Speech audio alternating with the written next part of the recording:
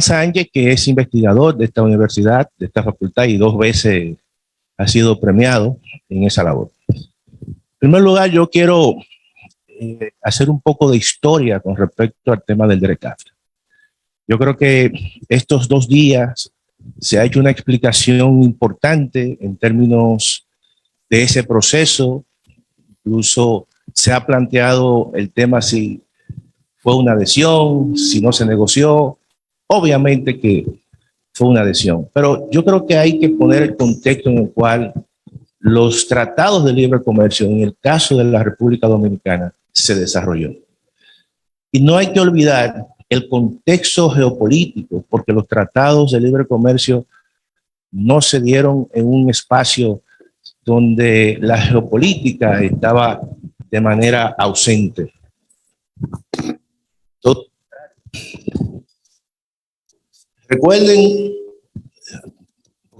recuerden los que son un poquito más viejitos, que previo al DERECAFTA había una intención de Estados Unidos de establecer un acuerdo prácticamente en las Américas, desde Canadá hasta Tierra de Fuego. Sin embargo, esto no fue posible. Y no fue posible por situaciones incluso de carácter política que se dieron en Sudamérica y que rompió un tanto todo el esquema norteamericano a nivel de tener un control del comercio en esta región.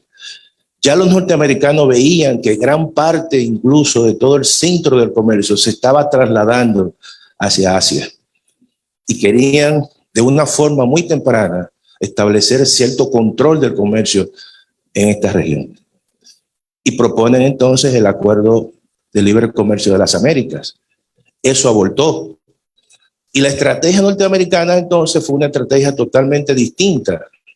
Dijeron, bueno, si no podemos establecer un acuerdo a nivel de la región completa, del hemisferio completo, entonces vamos nosotros a establecer acuerdos de carácter parciales y de carácter regionales. Y entonces plantean el Telecam, que es el acuerdo, el acuerdo con México y Canadá. Y ese fue el primer acuerdo prácticamente que se negoció a partir de los años 90, a principios de los años 90, y que culminó en el año 1994 o que entra en vigencia en el año 1994. Y posteriormente entonces trataron de hacer un acuerdo con Sudamérica, pero por las características políticas que hubo en Sudamérica, claramente que era imposible. Y entonces se acercaron un tanto más a Centroamérica y al Caribe. Y ahí se inicia todo ese proceso de negociación con Centroamérica y el Caribe. Y eso es muy importante porque también eso coincide con todo un cambio a nivel internacional de las políticas. El modelo agroexportador que de hace años, décadas atrás, había prácticamente colapsado y que en el caso de la República Dominicana, a partir del año 1985 ya el modelo predominante era un modelo de servicio. Entonces, y posteriormente a partir de los años 90, las políticas del consenso de Washington le dieron un sustento ideológico, un sustento teórico a estas políticas de apertura sobre la base de un modelo totalmente neoliberal. Entonces, y fue aprovechado todo esto y fue impulsado todo esto por los organismos internacionales. De manera que eso es un elemento importante, un preámbulo que hay que tomar en consideración cuando nosotros estamos hablando del acuerdo del DERECAFTA. Pero antes de eso también hay que tomar en consideración los acuerdos preferenciales que teníamos básicamente los países de la región con los Estados Unidos. Y la situación también que hubo en Centroamérica y que posteriormente entonces, como un mecanismo de darle más actividad a esa región, una región prácticamente que había salido, varios países habían salido de guerras, entonces le dieron, se inicia, propone la iniciativa de la Cuenca del Caribe. Todo eso son esquemas preferenciales de una sola vía que antecedieron todo el acuerdo de Estados Unidos con Centroamérica. De manera que eso es un elemento sumamente importante que hay que tomar en consideración.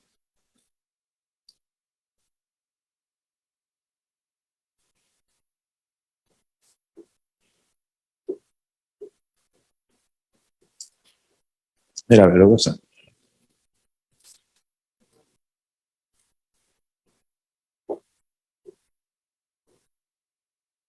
Bien, entonces, brevemente yo voy a hacer una serie de señalamientos. No quiero ocupar mucho tiempo, porque ya hay muchos elementos que se han planteado, pero yo creo que hay un contexto global, como yo le había indicado, que permitió precisamente y facilitó todo ese proceso y el acuerdo del DERECAFTA.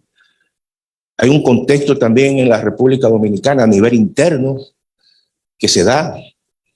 Hay muchas leyes que vienen con ese acuerdo. Por ejemplo, la ley de compras y contrataciones públicas fue una exigencia que hubo precisamente para firmar el acuerdo y un compromiso que hizo la República Dominicana con los Estados Unidos.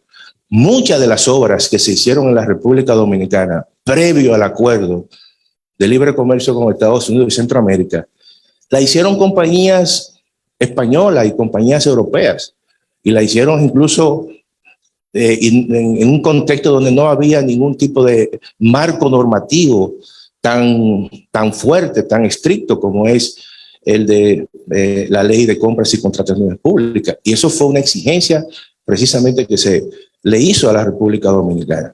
Si hay un elemento importante que hay que tomar en consideración en ese proceso, fueron las transformaciones institucionales en muchos casos de manera muy acelerada que la República Dominicana tuvo que hacer para ponerse precisamente en convergencia con muchas de las leyes que tenían los Estados Unidos.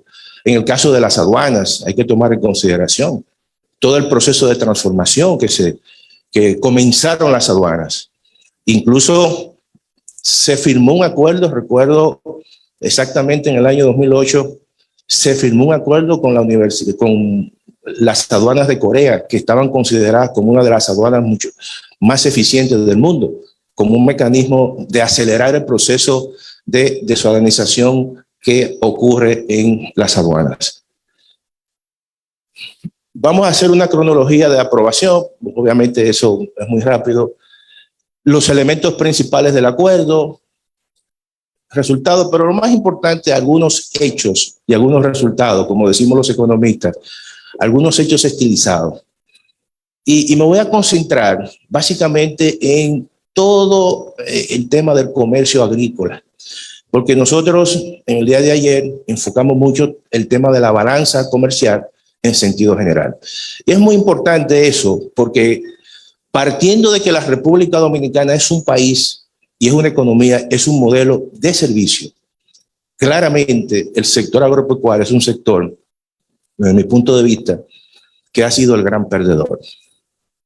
El gran perdedor, cuando nosotros lo enfocamos desde el punto de vista del comportamiento del comercio exterior agrícola, porque al final las exportaciones encierran cierto nivel de competitividad revelada. Todo el tema de las ventajas comparativas reveladas al final se reflejan en si las exportaciones crecen o si las exportaciones disminuyen, o si las importaciones crecen mucho más que las exportaciones. Algo muy simple. Y eso se puede ver en los países que firmaron el acuerdo del DERECAFTA. Hay un punto de quiebre a partir de 2007, 2008 y antes de ese periodo. Bien. Fíjense lo que yo les decía a ustedes. Si ustedes se ponen a ver la cantidad de acuerdos de libre comercio que se han hecho y que se hicieron desde el 1958 hasta el 2002, por poner una fecha, ¿verdad?, que es una fecha relevante, y uno combina acuerdos entre países desarrollados y países desarrollados, entre el 1958 y el 64 solamente se habían hecho 3 acuerdos comerciales combinando países desarrollados, países en desarrollo, países en transición, países en desarrollo y desarrollo. Fíjense, para que ustedes tengan una idea de cómo el mundo estaba en ese momento. Era prácticamente un mundo que estaba cerrado. Pero posteriormente, entre el 1990 y el 1994 es cuando comienza a acelerarse el número de acuerdos comerciales y la combinación de acuerdos comerciales entre países desarrollados y desarrollados, países en desarrollo, países en transición y desarrollo, y da un salto entre el 94 y el 2002 de 29 a 151 acuerdos. Y eso coincide precisamente con las políticas del Consenso de Washington. Y eso coincide también con la entrada en vigencia y en operación de la Organización Mundial del Comercio, que entre el 1986 y el 1995 hubo todo un proceso que todavía está en curso de acuerdos. Pero una de las características en ese momento más importante es que a partir del acuerdo o de la Ronda de Uruguay del 1986 se incorpora por primera vez el tema de la agricultura. Desde las primeras rondas que se hicieron, desde la ronda de Tokio, de Dillon, nunca se había incorporado el tema de la agricultura porque es un tema sensible y todavía es un tema sensible porque es un tema que para los países básicamente desarrollados, la agricultura es un tema estratégico. Hoy en día, la política agraria común, hoy en día, se lleva alrededor del 32% del presupuesto de la Unión Europea y la gente no lo sabe. Entonces, eso es un elemento importante. La agricultura, a partir de esa fecha, comienza a jugar un rol estratégico y de discusión y ninguno de los países desarrollados y las potencias desarrolladas han dejado de subsidiar a su agricultura. Los europeos subsidian mucho las exportaciones y los americanos subsidian mucho su agricultura interna. Y eso es una situación que todavía prevalece. Bien, eso es un elemento que hay que tomar en consideración en ese contexto. Para que ustedes tengan una idea, también, fíjense que en el año 1820, el comercio, la participación del comercio en el PIB era un 2%. Pero ya en el año 1990 es un 26%. Eso significa que hay un proceso de aceleración de los acuerdos de libre comercio que incrementan el comercio, pero no solamente el comercio, sino también incrementan los movimientos y los flujos de capitales. Entonces, todo eso lo que está expresando es que el mundo ha cambiado.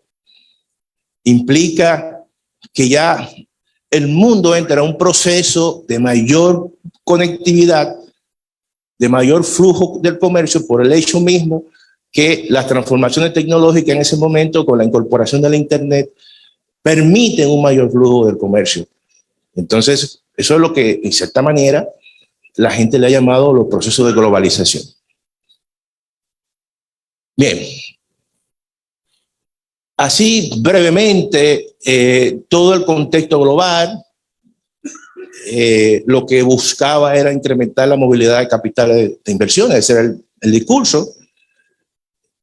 Construir un régimen global previsible y amigable para las empresas, reducir la influencia de los estados en los mercados y reducir el trato discriminatorio y fortalecer un régimen de protección a la propiedad intelectual. Eso básicamente está contenido en los acuerdos de una forma u otra. Y en cada uno de los acuerdos que firmó Estados Unidos prácticamente era una copia. ¿Por qué? Porque eso obedecía a un contexto mucho más global. Bien. Aquí yo sencillamente le presento todo el tema del consenso de Washington, el proceso del neoliberalismo, la globalización, y hay un tema que es la liberalización comercial. Que todo esto ha sido el fundamento de todos los procesos de libre comercio que se han dado a partir de los años 90 y los acuerdos comerciales que se han hecho. Bien, voy a avanzar para no... Estos son asimetrías cuando se inicia el acuerdo de libre comercio. Asimetrías entre las economías centroamericanas y la norteamericana y la dominicana.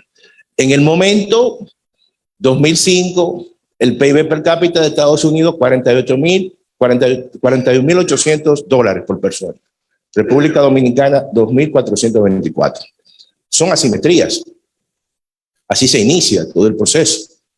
Claro, hoy el PIB de Estados Unidos está en $64.000 por persona. La República Dominicana tiene, creo que según la última cifra del Banco Central, casi $11.000. ¿Verdad? Bien, seguimos. En ese momento, el número de veces que el PIB per cápita contenía a los países signatarios, por ejemplo, con respecto a Estados Unidos, Nicaragua, la economía norteamericana era 48 veces la economía de Nicaragua, 38 veces la de Honduras, 21 veces la de Guatemala, 17 veces la de El Salvador, 17 veces la República Dominicana y 9 era la economía, representaba la economía de Costa Rica. Costa Rica siempre tradicionalmente ha sido una economía en la región quizás la de mayor potencialidad. Bien, el costo de energía eléctrica en ese momento, que es un costo importante, un costo en ese momento, y no en ese momento, sino también en cada momento para los costos de producción, para producir, para la competitividad.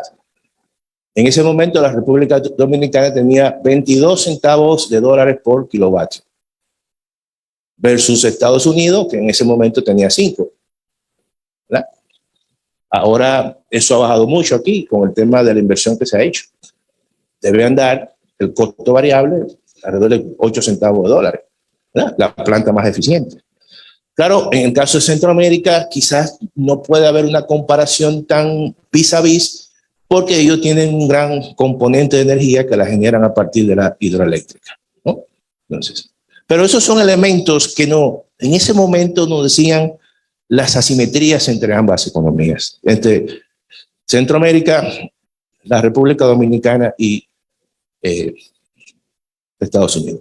Bien, no voy a seguir mucho con los temas de la cronología. Yo creo que aquí se ha hablado mucho sobre cómo se inició, cuándo se firmó el acuerdo, cuándo se inició el acuerdo, los elementos de controversias. Lo que yo quisiera avanzar un poco.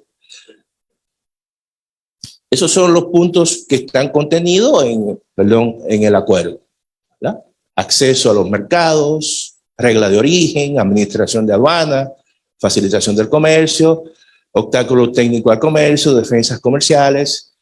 Y hay un elemento importante, la República Dominicana con respecto al acceso, yo creo que es de los pocos países hoy en el mundo que tiene acuerdos comerciales con los dos con las dos regiones de ingresos más altas que hay, con Estados Unidos a través del DERECAFTA y con el EPA, con la Unión Europea. Pero si eso uno le suma que a partir de el 18 establecimos relaciones formales, diplomáticas con China, entonces estamos hablando que la República Dominicana o los productores tienen un acceso inmenso a los mercados, a esos grandes mercados, pero ya a partir de tener acceso a esos mercados y exportar a esos mercados hay un trecho muy grande.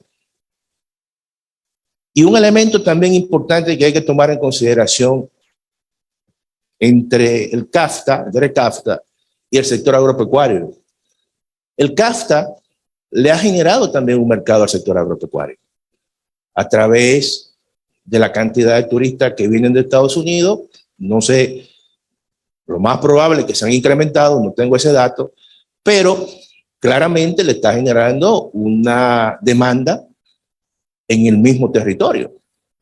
Porque cuando un turista viene a la República Dominicana, demanda huevos que se producen en la República Dominicana o demanda vegetales que se producen en la República Dominicana.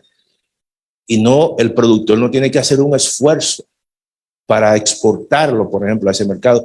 Es importante hacer estudios partiendo de la matriz insumo-producto para ver las interrelaciones que se dan y encadenamientos que se dan a partir de los sectores en la República Dominicana.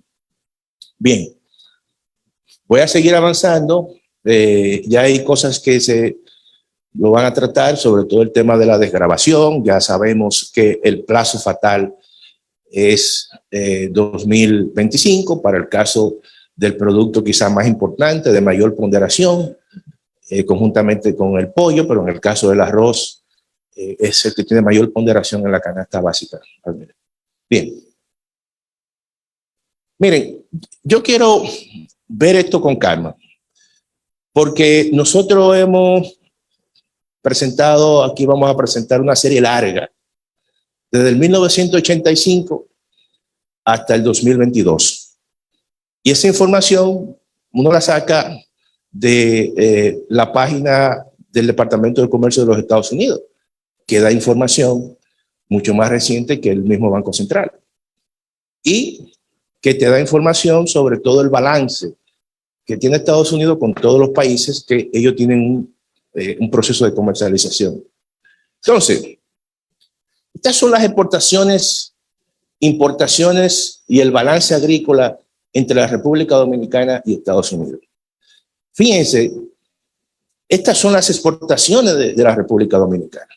Si ustedes observan, en el 1985 hasta el 2007, 2009, las exportaciones dominicanas, importaciones son mínimas. Eso significa que el balance antes del acuerdo es un balance prácticamente inexistente. Claro, eso no, lo que ahí no se puede, vamos a decir, lo que uno tiene que decir en ese aspecto es que antes de ahí había un sistema de preferencia a los productos dominicanos que entraban al mercado norteamericano. Muchos de ellos no pagaban impuestos, pero los productos que venían de Estados Unidos sí estaban sujetos a los impuestos. De manera que el acuerdo lo que hizo fue que estableció una especie de doble vía.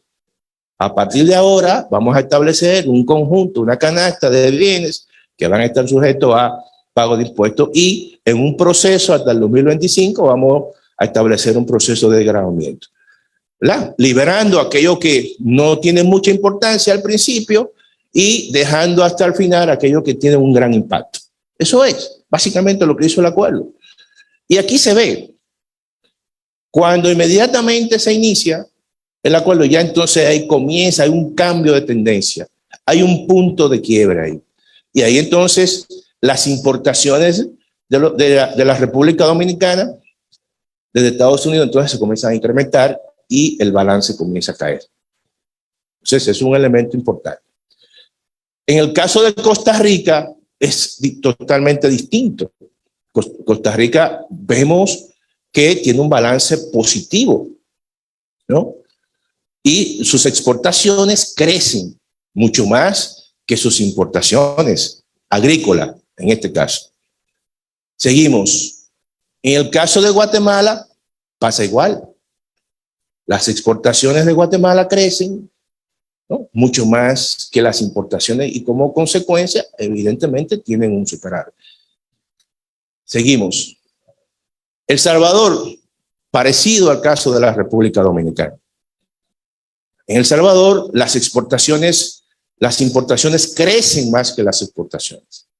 Y fíjense que siempre hay un cambio importante a partir del año 2007 y 2005. Ahí hay una situación, evidentemente, que se ve el impacto de la puesta en vigencia del acuerdo de libre comercio. En este caso, en el sector agropecuario. El caso de Honduras. El caso de Honduras claramente aquí observamos que hay una tendencia durante muchos años de un incremento de las exportaciones, pero en los últimos años entonces las importaciones crecen más que las exportaciones agrícolas. Nicaragua es un ganador neto, ¿no? Siempre las exportaciones y mucho más a partir del año 2007 se incrementan más que las importaciones hacia Estados Unidos. De manera que podemos ver ahí los balances. Ayer se tocó el tema de México y México ha sido un ganador neto en eso a nivel comercial con los Estados Unidos. Le ha dado una pela. Porque si bien es cierto que en el caso del arroz ha tenido problemas, pero no es el principal cultivo de México. Entonces, en el caso de México, observamos aquí que hay un crecimiento extraordinario de las exportaciones. Y eso no solamente a nivel agrícola, eso se da también a nivel de los bienes y servicios.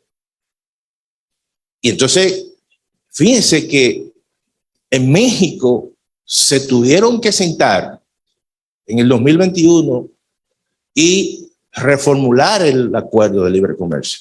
Y ahora no es el TLC, sino el TEMEC, Tratado México, Estados Unidos y Canadá. Y eso es importante. Yo creo que al final quiero decir algo con respecto a esa situación. Bien, cuando observamos en el caso de todos los países del DERECAFTA, conjuntamente con Estados Unidos también ahí gana. Y es de los pocos esquemas de integración donde Estados Unidos tiene un superávit. De los pocos. Así como nosotros en la República Dominicana, Haití es de los pocos países donde tenemos un superávit comercial. En el caso del DERECAFTA, para Estados Unidos es de los pocos esquemas de integración donde ellos tienen un superávit. Entonces, ojo con eso, porque el que está ganando no negocia. ¿Ustedes ven? Bien. Y son las exportaciones de bienes de la República Dominicana, de bienes más allá de la agricultura, y ahí también nosotros tenemos un déficit tremendo. Y fíjense que en el 2007, 2008, por ahí, se incrementa. De manera que esos son hechos estilizados que uno tiene que tomar en consideración cuando uno se va a sentar a negociar. Porque yo creo que si la República Dominicana va a negociar solo, no va para ningún sitio. Las negociaciones se hacen sobre la base de apelar a los esquemas de integración y de establecer liderazgos para entonces uno hacerle saber, porque somos un país pequeño. Y no es verdad que negociando de manera individual la República Dominicana puede conseguir grandes cosas. De manera que, muchas gracias, señora. Quisiera